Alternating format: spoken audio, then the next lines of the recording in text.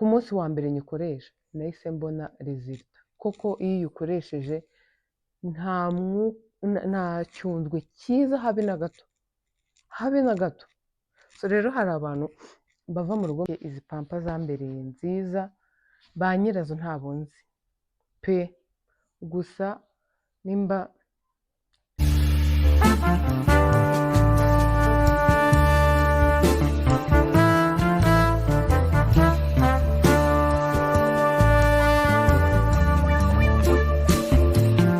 muraho neza, amahoro y'Imana bane namwe, kanizere ko mumeze neza. Njye meze neza cyane, ndashima Imana, ndashimira Nyagasani wanjye uhoraho, ibintu byose bimeze neza, ntacyo nshinja Imana habe na gatoya. Ndabifuriza rero ibyiza bisumba ibyo naba ndimo cyangwa ibyo naba mfite, vuga ngo amina. So rero uyu munsi ngiye kubaha video y'iminota mikeya, ariko ni video narayinekerejeho nijoro. Hari abantu bamwe na bamwe abo dukora umwuga umeze nk'uwanjye, akenshi ibintu byadukoreye cyangwa ibintu bimwe na bimwe hari igihe umuntu ajya kubivuga ngo kubera ko ari nyine yatangiye kubyishyurirwa. Nk'ubu nk'uko nakoresheje product zo muri Sunrot, nkumva ntabwo nari kubivugaho, nkumva nari kubigumana ku mutima wanjye, nkavuga ngo nanjye ngo babanze ngo banyishyure n'ibiki, ariko ntabwo aba ari byiza. Rimwe na rimwe ntitukabigire. Njya ngerageza pe, ntabwo mvuze ko ibintu byose nakoresheje byankoreye nabivuze ari uko nishyuwe. Oya, harimo n'ibindi byinshi nagiye nangira kuvugaho bataranyishyura, nta zina ba nyirabyo, ariko hari n'ibyo navuzeho ari uko banyishyuye, kandi nanarangizanya nabo nkasiba ibyabo bitewe n'uko nabonaga hari ukuntu nyine ibintu umuntu aba yashatse ko birangira nabi. So njyewe ntabwo ndi mu bantu bashobora kuba bakwamamariza bakabigira ibyabo ku buryo birangira abantu bankurikira bagize ngo ibyo bintu ndi kwamamaza ni ibyanjye, bitewe n'ukuntu babona nitanga n'ukuntu mbikora, ku buryo umuntu ashobora kuvuga ati ntabwo kuri ari ukwamamaza gusa, biriya bintu ni ibye. Iyo ndi mu kintu nkijyamo wese, ariko iyo bibaye ngombwa ko nyivamo wese pe. So rero hari bimwe mu bintu binkorera mu buzima nkumva ni ngombwa kubisangiza abandi bantu. Abantu mu nkunda, negetswe n'umutima wanjye kuba nimba hari ikintu nzi nakoresheje cyangwa umuntu wanjye yakoresheje turi kumwe, apana mu magambo, nkaba mbona kimukorera kandi ari ikintu abantu benshi bashobora gukenera, mbona ari ikintu kizima cyagufasha mu bintu byinshi, ntabwo nabura kutakikubwira. So ngiye kubabwira ku bintu bitatu byamfashije biri hano imbere yanjye, ndaje mubibereke. Si ukubera ko ba nyirabyo banyishyuye, nayo mpamvu nabanje kubabwira kuriya, nta nubwo nzi ba nyiri izo product, ariko ni uko nzi ko hari abantu benshi bazikenera. Hari umuntu ushobora kuba yibaza se ubu nakoresha iki, kandi ugasanga mu nshuti afite ntawe yisanzuyeho kubwira ngo iki kintu ko ngifite kinjena, nakoresha iki kugira ngo kirangire. Ese nakivura? Urugero, hari nk'ukuntu ushobora kuba mfite nka muganga unyitaho mwiza w'abadamu, ariko ugasanga ufite undi mushuti wanjye wenda ntabyo azi, ntabwo azi aho yahera ngo arajya he, nta muntu afite aho yabaza cyangwa ibiki. Ariko akenshi iyo ugiye kuri YouTube hari igihe uhasanga ibisubizo by'ibibazo byawe. Njyewe nkaba nakubwira ikintu cyangwa nkaba navuga ikintu byita ko wenda ari ikintu cyoroshye, ariko ugasanga umuntu ukirebye n'umuntu wakibonye cyangwa wacyumvishe kimubereye ikintu kidasanzwe, agiye kuri uwo muntu amufashije ibintu yari yarabuze umuntu ubimufashamo mu myaka 5 ishize. So rero ni mu gihe wumva hari ikintu ufite ku mutima wawe gishobora kugira umuntu gifasha, ntukabice amazi wibwira yuko ngo ibi ngibi ntabwo ari ngombwa ko mbivugaho, ibi ngibi gutya na gutya ntabwo bifite uwo byafasha. Biba bihari, hari ubwo byafasha 2 cyangwa 3, kandi abo bantu kabone n'ubwo yaba ari umwe, aba ari umuntu w'ingenzi wafashije ikintu gikomeye cyane. Ni nayo mpamvu rero nanjye nifuje kubereka izi product, ariko kandi sinazibereka ntaranababwira yuko muri Sunrot ari bo bantu mu bantu namamarije muri ubu buzima. Muri Sunrot ni mu bantu nshobora kuba nakorana nabo, nibo bantu nakoranye nabo nashimira n'abandi bantu kuba bagenda bagakorana. Muri Sunrot harimo umubyeyi ufite umutima, mama Saniroti benshi mwaramumenye mujya mumureba kuri TikTok, mugende munabafolowinge kuri TikTok yabo yitwa Saniroti. Uriya mubyeyi afite umutima wa kimuntu, turetse bizinesi afite umutima wa kimuntu, agira impuhwe, ariko nimwumve mvuze ngo agira impuhwe ngo uzagende wumve uvuga ngo ngo barakumbwiye ngo ugira impuhwe. Hari ukuntu umuntu yumva bavuze undi ukuntu ateye, we akagenda ashaka ari byo kubikoresha. Ntabwo aricyo gitumye mbibabwira, ariko mu buzima nukorana n'umuntu yari bosi wawe bikarangira ubona uwo muntu wamugira umuvandimwe wawe, uzajya ushimira Imana. Uriya mumama agira umutima wo gufasha abantu mumukurikira, mujya mubibona banafasha, agira umutima muzima. Buriya hari umuntu ucuruza porodagiti yabona biri kugenda yarangiza akabikuramo ubumuntu agashyiramo bizinesi gusa. Uriya mubyeyi ntabwo ariko ameze. Ndamushimira, yambaye hafi papa wanjye yitaba Imana, yambaye hafi na mbere y'ibyo bibazo byose, yambaye hafi. Ari mu bantu nzi nshobora kugira ikibazo nkabiyambaza, dushyize ku ruhande ibintu by'akazi, turetse kuvuga ngo ndamwamamariza, turetse kuvuga ngo iki. Ngewe akambabwira, uzi ko njya gufatira porodagiti igabanya ibiro? Yarambwiye, naramubajije, ariko nta porodagiti ugira igabanya ibiro? Arambwira ati ndayifite.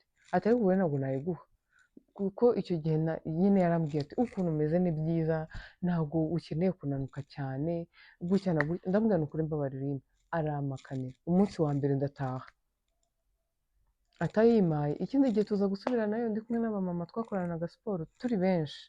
Ndamubwira kandi ni ukuri wanyimye porodagiti igabanya ibiro uyifite, wambara ukayima nkajya kuyigerageza nkanareba ko ikora, ko turi abantu benshi hano bakeneye kugabanya ibiro. Ari aba twicaranye aha ngaha bakeneye kugabanya ibiro, hari abantu bankurikira bakeneye kugabanya ibiro. Nibabona ikora ni ukuri bazayigura, uzafashije abantu benshi. Gusa ngo nyamara ngo ni ukuri ukuntu ungana ngo ntabwo ari sawa, wijye kubigabanya bireke. Iyo aza kuba ari umuntu udafite ubumuntu, nyine ushyira imbere amafaranga, uwo munsi wa mbere mbimubwira kuvuga ati akira, si wowe se ubishaka? Yarambwiye ati nyamara wakagumye gutyo, ati nunanuka cyane ntuzavuge ko ari njye wabiteye.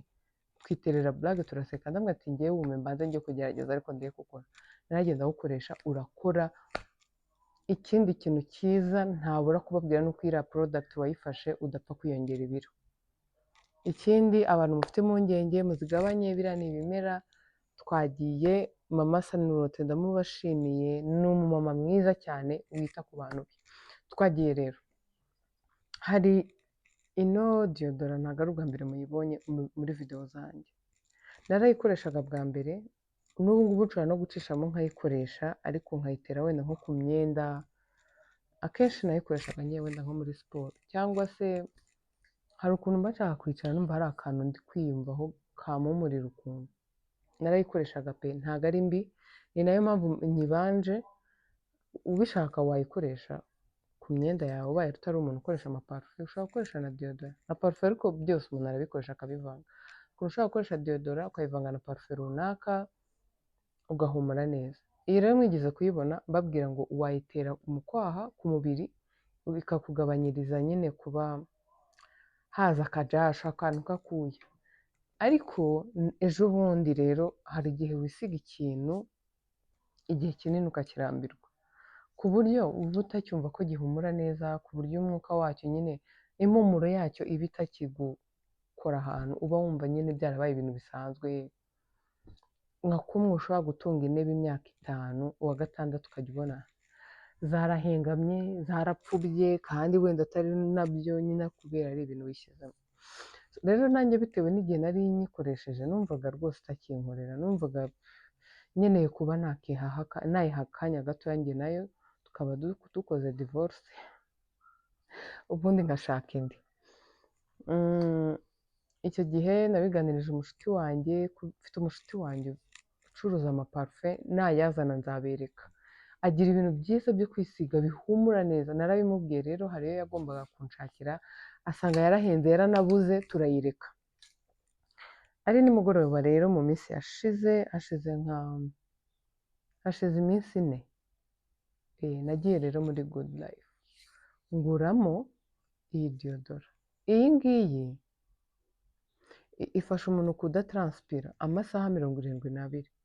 ntababeshye nyigura numvaga ari sitarakari, numvaga ngiye kugerageza, nayiguze amafaranga ibihumbi 600, niba ari 6,200, niba ari 6 gusa, ariko numva ari 6 mureba.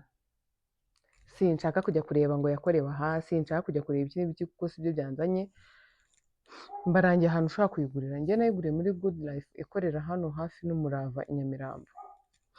Kambabwira, naragiye nyigura, urumva hashize iminsi 4 ntababeshye, ku munsi wa mbere nyikoresha nahise mbona resulta. Koko iyo uyikoresheje nta cyundwe cyiza habe na gato, habe na gato. So rero hari abantu bava mu rugo mu gitondo bakahagaruka nimugoroba bacotse bameze nabi, ugasanga bazanye icyundwe, ishati yajeho umuzinga, cyangwa se ntiyajeho n'umuzinga umeze nabi, ariko nyine ufite akantu k'akajasha, akantu k'akuya kameze nabi, nawe kari kukujena, ku buryo uvuga ati mana yanjye umeze utya, kujya uvuga uti wambabariye nkagera mu rugo vuba, wambabariye ku buryo uba wumva nta muntu wundi ushaka guhura nawe, kandi atari ikibazo cy'uko ari umwanda cyangwa iki, ahubwo nyine byatewe wenda n'ako kazi. Abantu benshi ntabwo twese dukora twicaye hamwe gutya, hari igihe biba ngombwa ko wirukanka imihanda, hari igihe biba ngombwa kugira gute.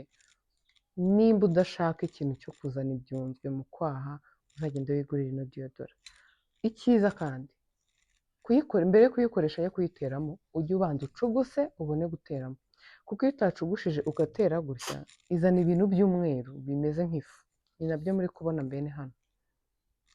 Ku munsi wa mbere nyikoresha nanjye ntabwo nari nacugushije n'ababeshyi, nateyemo mbona nzanye ifu mu kwaha, ndavuga ifi ni ibiki, ndihanagura naho nari ndi rwose hasi birahuzura. Noneho ngiye gutera ahandi mbanza kugira gutya, ariko sinzi ukuntu byanjemo, nyine ndacugusa mbona ni ibisanzwe, ariko ntabwo ari scam. Kandi bafite nyinshi zifite ukuntu zihumura. Ntabwo ndi kwamamariza muri Good Life, ntabwo bamemba, ni uko gusa ibintu njya ngurayo mu by'ukuri ntabwo birangwa nabi, binguye nabi nabivuga, ariko iyi boro ntabwo ari scam. Amasaha 72 yashira, kandi wenda reka tureke no kureba 72, kuva mu rugo mu gitondo ukajya mu kazi wateyemo, ukaba ubizi neza ko nta bintu by'umwuya uri buzane ngo bikujene. Icyuya kirajenana, hahandi ushobora kuba wahura n'umuntu ukavuga uti ndabizi agiye kumubera, ugatangira kwimunyamunya, ugatangira kwirebesha hirya no hino, ku buryo azasanga uri bize ukamuhobera amaboko yacishije hasi, kubera kwanga kuzamura kubera gahunda. Rero nimba wifitiye cyangwa ikibazo cyo kuzana ibyunzwe bya hato na hato, nyine ako usabwa ni aka ngaka, ushobora kukitera, wakitera mu kwaha, ku myenda aho ndakubujije, wakitera mu kwaha gusa, ubundi washaka ukitera n'aka ngaka, kunuza ni aka makeya, nikaba kageze no ku 5,000 aka ngaka, ukagatera ku mwenda wawe. N'abantu muba mugiye muri siporo, nukumva ko kujya muri siporo uhumura ari ikizira. Hari n'andi maparufe meza bahumura, ndi hafi ubu ngubu kugura uduparufe duhumura neza. Hari agaparufe nisigaga karanshiranye, ntabwo najya kubereka umuvide, nakaguze hari ahantu bahita ngo iki, hano haba Simba, habanje kuba Nakumatt. Hariya rero hari umuntu hari ucuruza uduparufe twiza duhumura neza. Umunsi nakaguze nzaza nkabereke nako ukuntu ushaka kukisiga, ukakavanga n'ibi bintu byose nari mberetse, ubundi ugahumura neza. Kandi biba ari byiza iyo ufite umuhumuro wawe wihariye. Ushobora kuba wisize iriya parufe ya My Way ukayivanga n'utu tuntu twose, n'umuntu nawe yisiga ntimube mwahumura kimwe, ukaba ufite umuhumuro wawe wihariye. Tuvuye ku bintu by'icyuya by'abantu bakuru, usibye yuko hariho n'abana, bitewe n'imiterere yiwe, uba usanga umwana yiga nko mu wa 4 cyangwa mu wa 4 mu wa 3 gutyo, kuva mu wa 3 kuva mu wa 4 kuzamura, akenshi ugasanga uwo mwana afite icyunzwe pe, ku buryo umwana wawe ushaka kumwumva ukavuga kabisa ufite akuyasho. Rero nimba utabikunda, ushaka umwana wawe agenda ameze neza, ahumurira bagenzi be neza, nawe wakamugurira. Ushobora kugenda ukabanza ukababaza nimba kuyitera umwana mu kwaha ku mubiri we, niba nta kibazo. Ndabasabye, iyi ngiyi ni mu kwaha ku mubiri, apana utazabishyira ku myenda bikamera nabi ukavuga ngo ketchup yarambeshye. Wagenda ukababaza niba n'umwana wayimusiga bikaba byagenda neza. Aha twagera rero ku babyeyi, ku bantu mufite ababebe. Uyu mupampa mwawubonye, sinakomeza kuvuga nyiteruye. Iyi pampa yitwa Tumaini. Ikintu gitumye mbereka pampa ni ikihe? Dore ukuntu iba imezemo imbere. Ino pampa njyewe pampa ntakoresheje ni nk'izihera. Ubwo pampa ntakoresheje nizo ntakoresheje wenda nk'amezi 3 kuzamura. Abana bakiri batoya abantu benshi baransuye, kandi hari nk'umuntu uza kugusura wenda ntakubaze pampa ukoresha, bakakuzanira iyo ashaka. Rero njyewe abana banjye 2 bahuzaga pampa, umwe ugasanga nagahuje nabo. Nka Yinkindi byari bigoye kumwambika pampa itari evi pe, byari bigoye. Wamwambikaga indi pampa umwana akahita ashesha ibintu ku gisusu, ku matako ukabona yabaye ukuntu. Iminsi 2 yabaga ameze nabi. Nigeze no kurwaza rwose uduheri twa pampa tumwe dukaze, none ko umwana w'umukobwa twaje imbere aba ari ibindi bindi. Nimba ntarajugunya imiti nakoresheje, Mana y'isi n'ijuru, nzayibereka. Umubyeyi witwa Dadi wayindangiye, Imana ijye mumera umugisha, nayikoresheje iminsi 3 umwana wanjye yari yakize. Rero ubwo icyo gihe nakoreshaga izindi pampa ntari buvuge amazina yazo, ba nyirazo batazagira ngo ndimo ndavuga ibintu byabo nabi. Ariko umwana wanjye namwambikaga Inkindi cyane cyane, iyo namwambikaga indi pampa itari evi yahitaga agira ibyo bibazo. Noneho bigera igihe, noneho abana bakiri bato murabizi baba bakoresha pampa nyinshi. Noneho njyewe uwabaga yakoresheje pampa nkeya ku munsi yakoreshaga enye. Noneho mbona bigiye kuzansaza, mwambikaho Mami Love, ayambarira nk'amezi 5, 6, nayo yayamuguye neza. Birongera birasimbuka, arongera ararwara. Naje ndavuga se none nzamukubita ihe pampa. Hashira igihe mukubita kuri Iturize, nayo ayambara nk'amezi 3, birongera biragaruka. Ariko nza gusanga ikibazo ashobora kuba ari umubiri we nyine, ntabwo ikibazo kiri muri pampa. Ubwo birangiye mbivuze kandi ngo nari nabyatse. So ntabwo ikibazo cyari kiri muri pampa, ahubwo ikibazo cyari ku mubiri we. Ndangije impamvu mvuze ngo ikibazo cyari ku mubiri we nyine, n'ubundi yigize kurwara akantu. Mbwire n'abamama n'abatantine mudufasha kurera abana, ni ukuri umwana mutoya aba akeneye gukorerwa isuku, uba ukeneye kumuterura wakarabye neza. Noneho umwana wagiye muri newo ho, noneho numvise bavuga ko aba akeneye isuku yihagije. Umwana wanjye kubera kumukoraho afite umuntu nyine, akenshi ntabwo nabaga mari icyo gihe, bakundaga kumuterura badasa neza mu ntoki, bakanamuhanagura nyine bafite umwanda mu ntoki. Yarwaye akantu k'agaheri karabyimba kavamo umwanda. Muganga arambwira ibi ngibi ni umuntu wamukoragaho n'umwanda nyine, n'umwanda yakuraga ku bandi bantu, kuko ugutya angana nta kambakamba, ntiyicara, nta kintu kimwe, ni abantu bamusiga umwanda. Noneho ndahise ndavuga se ko babakoraho ari bose ari 3, buriya kugira abana benshi nabyo ni amahirwe. Bituma nyine ugenda umenya utuntu twinshi. Arambwira ati nyine abandi imibiri yabo twavuga ko ikomeye kurusha we, umubiri wabo ukomeye kurusha we, kuko nyine we bamukoragaho bigapfa kwinjira, imyanda ikinjira byoroshye. Ubwo ndataha mbibwira umutantine, birakosoka bigenda neza. Buriya nanone tujye tumenya ukuntu tubwira abantu badufasha. Hari ukuntu umubwiza inani na rimwe aba ari umuntu mukuru. Inshuti yanjye uramubwira atakumva, aba afite ahantu yavuye, ukamusezerera akagenda ugashaka undi. Ariko kugira ngo ujye kumubwiza inani na rimwe kamere izazamuke, umujinya awurambika aho atagomba kuwurambika, ntabwo aba ari byiza. Rimwe na rimwe rege tuba natwe abantu babi. Ubwo mba ndagiye mubwira ukuntu ibintu byose bimeze, turabikosora mu rugo. Umwana nza kumenya pampa, nari narimutse mba Norvège n'ubundi, nza kujya ahantu hariya kurya nyuma. Ubwo izi pampa n'ubundi nzigura kurya nyuma ku mugabo bita Rodrigue. Nza kugenda kwa Rodrigue ndamubwira ni iyihe pampa uzi itari evi, kuko evi yari itangiye kuzajya mbona iri kunshyira mu mibare myinshi cyane. Ndambwira itari evi yaba ari nziza nagerageza gukoresha ko mfite umwana pampa bumvikana n'imwe ni Evi, ndamubwira nti kandi rwose ngomba kumutoza no kumenyera indi, ubwo byakanga nyine nkemera urwaje. Sinigeze mbura amafaranga yo kubikora ariko alhamdulillah nabyo ndabishimira Imana, ariko hari n'igihe uba uvuga uti njyewe nikomeza nkunda ngiye gutoza abana banjye ubuzima bwose bushoboka, bube uburi hagati bube uburi hejuru, mu gihe mbishoboye ndabikora no mu gihe ngomba ndabavangira. Ni byiza kandi kuvangira umwana, nimba umwana wamuhaga amata yo mu gikombe yamuhe 2 mu cyumweru umuhereze n'andi 3 mu cyumweru cyangwa 4, ku buryo ay'igikombe naba ahari ntazamugwa nabi, ayo mu gikombe naba adahari n'andi ntago azamugwa nabi, biba ari byiza. Ubwo uwo mupapa rero nako uwo mugabo ndavuga ngo ni umupapa, uwo mugabo niwe wambwiye ati iyi pampa yitwa Tumaini ni nshyashya, ati kandi abamama baje kuyigura hano mbona bagaruka bakavuga ko pampa ari nziza, bari bafite abana bafite ibibazo n'ibiki n'ibiki, tavasi buzaba ari inzoga z'abacuruzi ra, ndavuga ko ntaribi, ninjye wabimubajije nizishaka aba arizo, kuko abahungu banjye batangora kuri pampa, umukobwa n'ibidacamo nzahita nzambika abahungu, noneho mpita nongera mugurire Evi nk'ibisanzwe, mba ndazitwaye pampa umwana ndamwambika mbona amezi abaye menshi, umwana nta kibazo, nta biheri, nta biki, mbona ibintu byose bigenze neza, umwana aragenda amera neza kugeza aka kanya.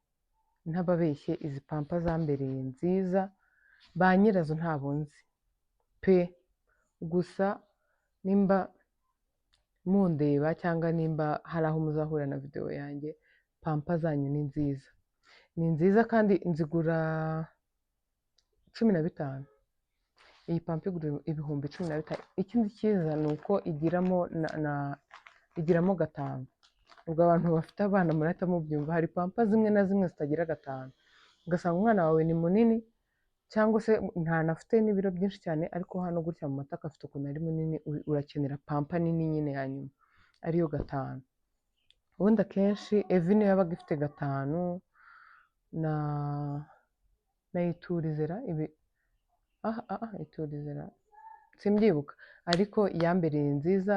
Ibi rero sinababwiye ibintu ngiye gukoraho, ntabwo ndi kwamamaza, si uko ba nyirabyo bampaye amafaranga bakambwira ati genda wamamaze, wenda ngo mbe nyine ngo umuntu abe yatekereza ati biriya ni ukwamamaza, oya, ni uko izi product mberetse hano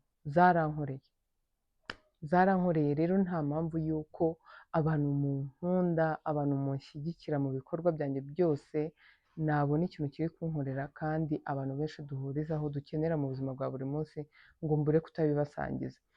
Ushobora kuba uri umumama mushyashya ufite umwana, cyangwa se umwana ashobora no kuba afite urugero nk'amezi nkangahe, waragerageje pampa zose zishoboka bikanga, ku buryo hahandi bigeraho ukajya uvuga uti noneho ngiye kujya mureka yinyarira agire gute, kubera ko uba ubona pampa zimugwa nabi. Iyi ngiyi nimba utarayigerageje rero uzayigerageze urebe, ishobora kuzakubera nziza, umuntu uzakoresha kimwe mu bintu namweretse hano kikamukorera, nubwo byahura na video yo guteka, urumva ntibyaba bijyanye n'ibi, uzatwandikiraho comment utubwire nimba byaragukoreye, cyangwa se nimba usanzwe ubikoresha nawe utubwire uruhande rwawe, uduhe ubuhamya. Njyewe rero byari ibyo ngibyo, muzabigerageze mumbwire. Ikindi ndabashimira cyane cyane n'umutima wanjye wose, abasabu banjye bari kwiyongera umunsi ku wundi, dukomeze rero turebe ko bya bihumbi desa twabyuzuza uyu mwaka utararangira. Njyewe mbishimira Imana ukuntu munkunda, ukuntu mureba video zanjye, ukuntu mbasaba ikintu mukakinkorera. Imana namwe ijye ibaha abantu babumva. Mana we, hari igihe uba ubayeho mu buzima ufite abantu barenga nk'icumi mu buzima bwawe, nta muntu ugira ukumva. Icyo kintu kirababaza, kubaho utagira umuntu ukumva, kubaho usibye ko rimwe na rimwe natwe dushobora kubyitera. Hari igihe uba ufite ukuntu uri komplike. Mana yanjye, kubana n'abantu ari ikibazo, abantu bose babaciye amazi, abantu bose bababonyemo utuntu tudafite ubwenge, ubona ari nk'utuntu biriya bintu nabyo ni bibi. Imana ijye ibarinda abantu nk'abo, abantu munkunda mbasabira ibyiza. Imana ijye ibaha abantu babumva, ishyiremo imigisha, Imana ibakoze ibiceri, Imana ibaha amafaranga. Amafaranga si byose, ariko uko byagenda kose tugomba gupfa twayatunze. buriya amafaranga atanga amahoro. Amafaranga utanyanganyije umuntu, amafaranga yawe wavunikiye araryoha kuruta ibindi bintu byose bibaho. Pe mureke dushake amafaranga, mureke dukundane, ababishaka, abatabishaka namwe mwangane. Ariko nta kintu cyiza nko kubaho utikururira abanza. Nuba ufitanye ikibazo n'umuntu ujye ugerageza mukirangize, ko nta kintu kibaho utaganira n'umuntu mufitanye iki kibazo ngo kirangire. Abantu muzi ko mundimo amadeni, abantu muzi ko mwanyambuye amafaranga yanjye, abantu muzi ko mwanyanganyije amafaranga, mushaka mwakoresha kino gihe mukanyegera mukanyishyura, kubera ko umunsi kamere yazamutse, aha, nimba hari ikintu kibi kibaho ni ukuba ushobora kuba nta mafaranga ufite.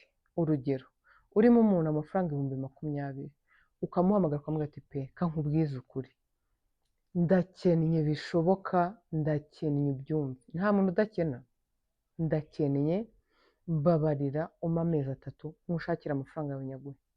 Nubwo uba umuhaye ukuri biri bumubabaze cyangwa bitari bugende neza nk'uko yabyifuzaga, ariko arakumva, yakubahira n'ubwo bumuntu wagize n'uwo mutima wagize.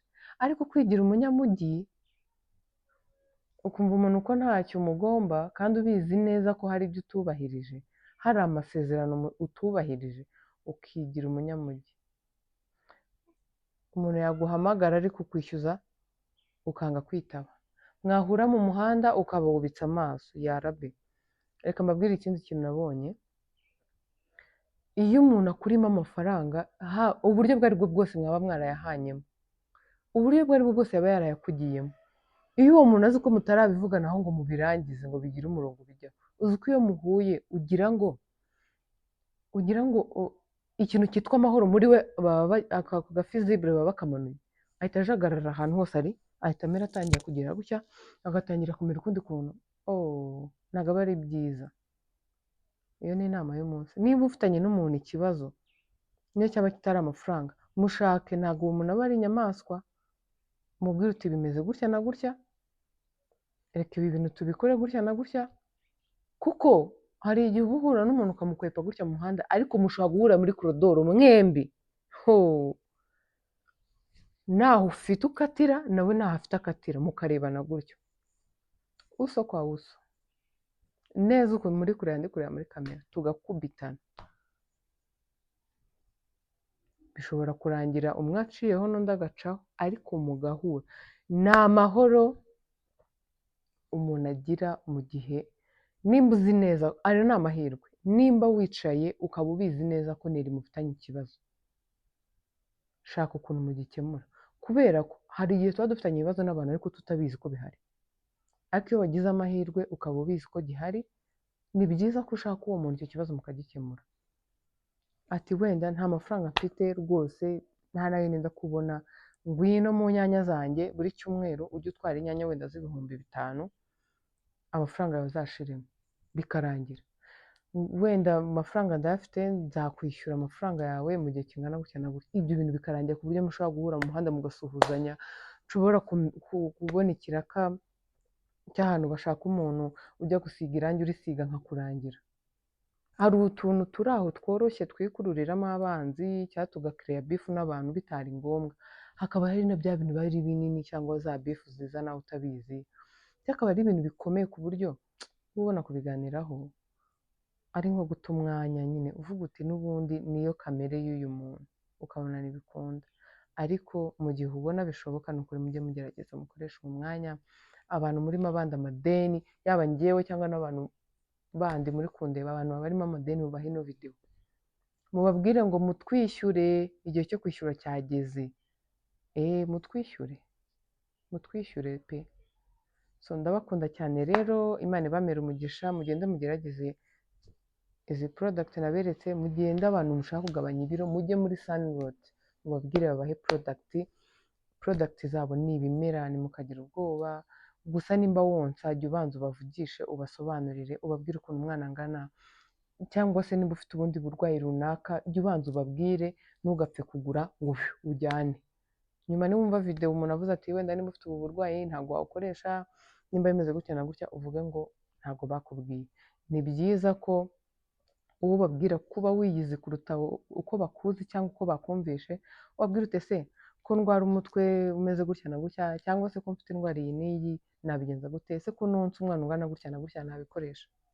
Mujye mumenya ku ni nko kwivuza niko navuga. Imana rero ibamere umugisha. Bye.